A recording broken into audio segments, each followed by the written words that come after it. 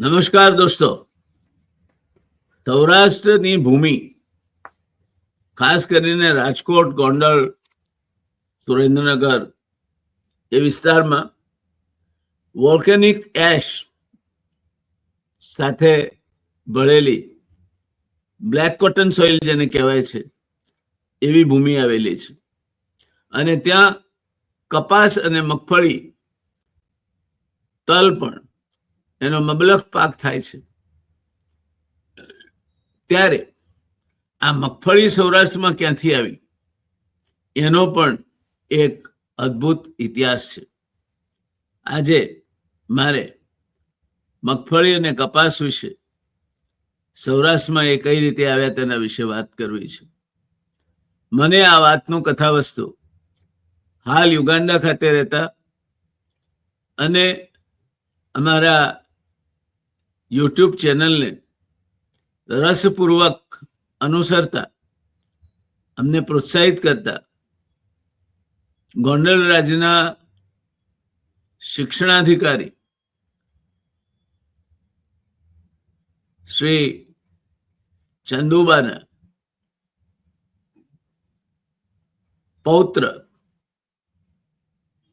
એવા જ્યોતિન્દ્રભાઈ પટેલ પાસેથી આ વિગતો મળી છે અને એમનો સાભાર ઋણ સ્વીકાર કરીને હું આગળ વધવા માંગુ છું. રાજા રજવાડા અને રાજકારણ.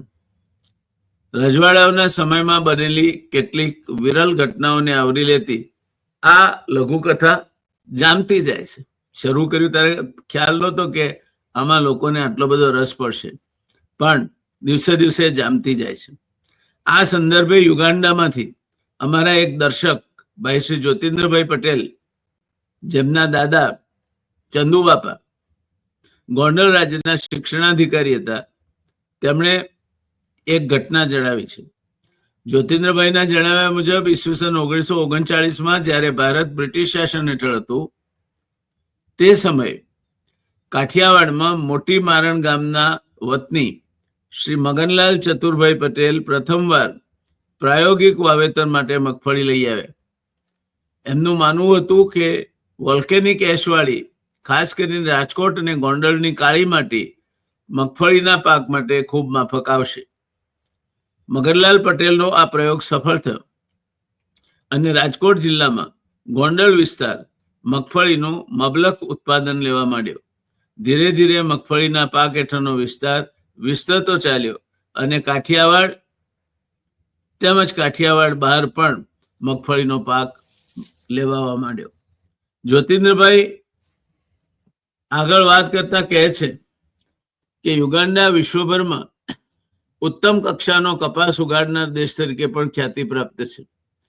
યુગાન્ડા કપાસને બેસ્ટ કોટન તરીકે હાલમાં પણ નવાજવામાં આવે છે.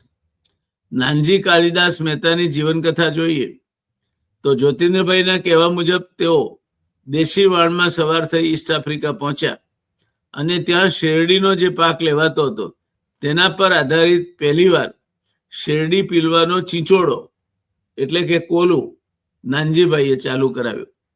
સાથે સાથે કપાસની ખેતી પર પણ ધ્યાન આપી વધુને વધુ સ્થાનિકો કપાસની ખેતી તરફ પ્રેરાય તેમ કર્યું, જેને કારણે ઈસ્ટ આફ્રિકામાં સારામાં સારી ગુણવત્તા વાળા લંબતારી કપાસનું ઉત્પાદન થવા માંડ્યું. આ પાકને મૂલ્યવર્ધિત કરવા માટે નાનજીભાઈએ પોતે કપાસની જીનરી નાખી. ત્યારબાદ કેટલાક વર્ષે મનુભાઈ માધવાણી અને ચંદેરિયા જેવા ઉદ્યોગ સાહસિકો ઈસ્ટ આફ્રિકા પહોંચ્યા અને પોતાના બુદ્ધિ કૌશલ્ય તેમજ સાહસ થકી ત્યાં અગ્રણી ઉદ્યોગપતિઓ તરીકે નામ કાઢ્યું.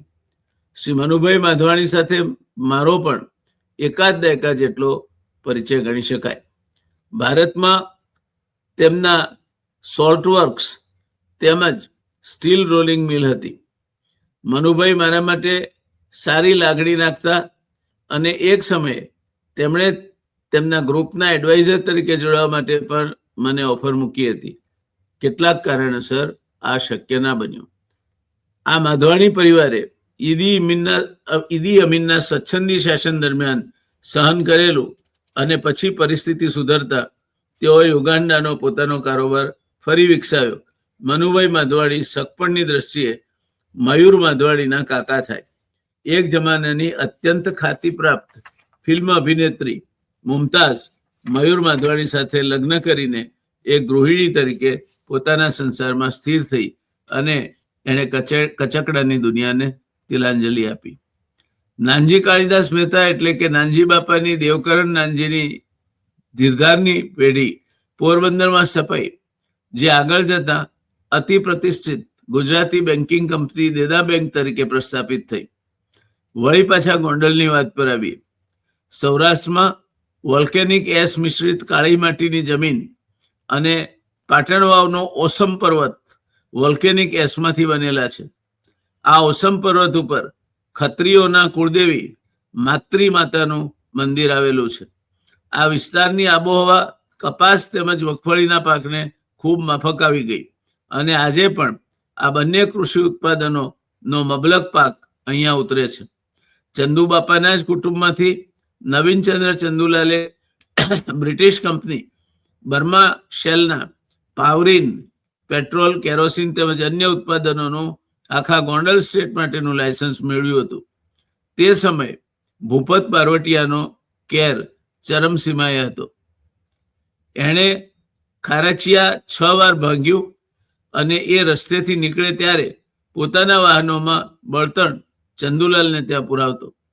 ભૂપત બારોટિયાની એટલી બધી રાડ હતી કે એને ઝેર કરવા અને સૌરાષ્ટ્રમાં કાયદો અને વ્યવસ્થાનું પુનઃસ્થાપન કરવા ભારત સરકારે અશ્વિની કુમાર નામના પોલીસ અધિકારીને ખાસ જવાબદારી સોંપીને રાજકોટ ખાતે સૌરાષ્ટ્ર રાજને હવાલે મૂક્યા હતા.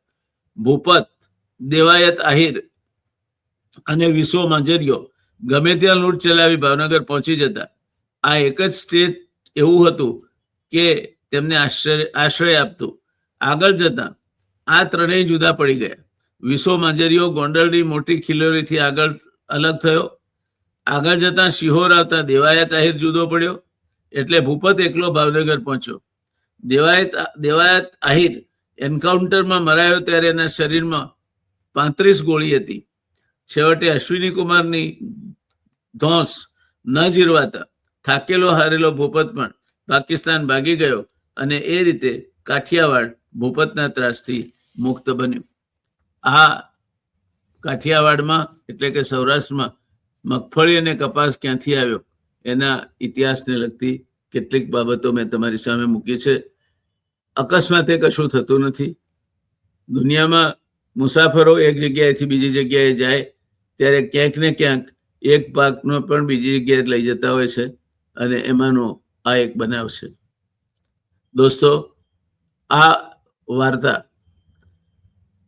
અથવા ઇતિહાસ અથવા ઐતિહાસિક કથા ભાઈ જ્યોતિન્દ્રભાઈ પટેલ દ્વારા મને સાંપડી છે. એ માટે એમનો ફરી એકવાર હૃદયપૂર્વક આભાર. ધન્યવાદ.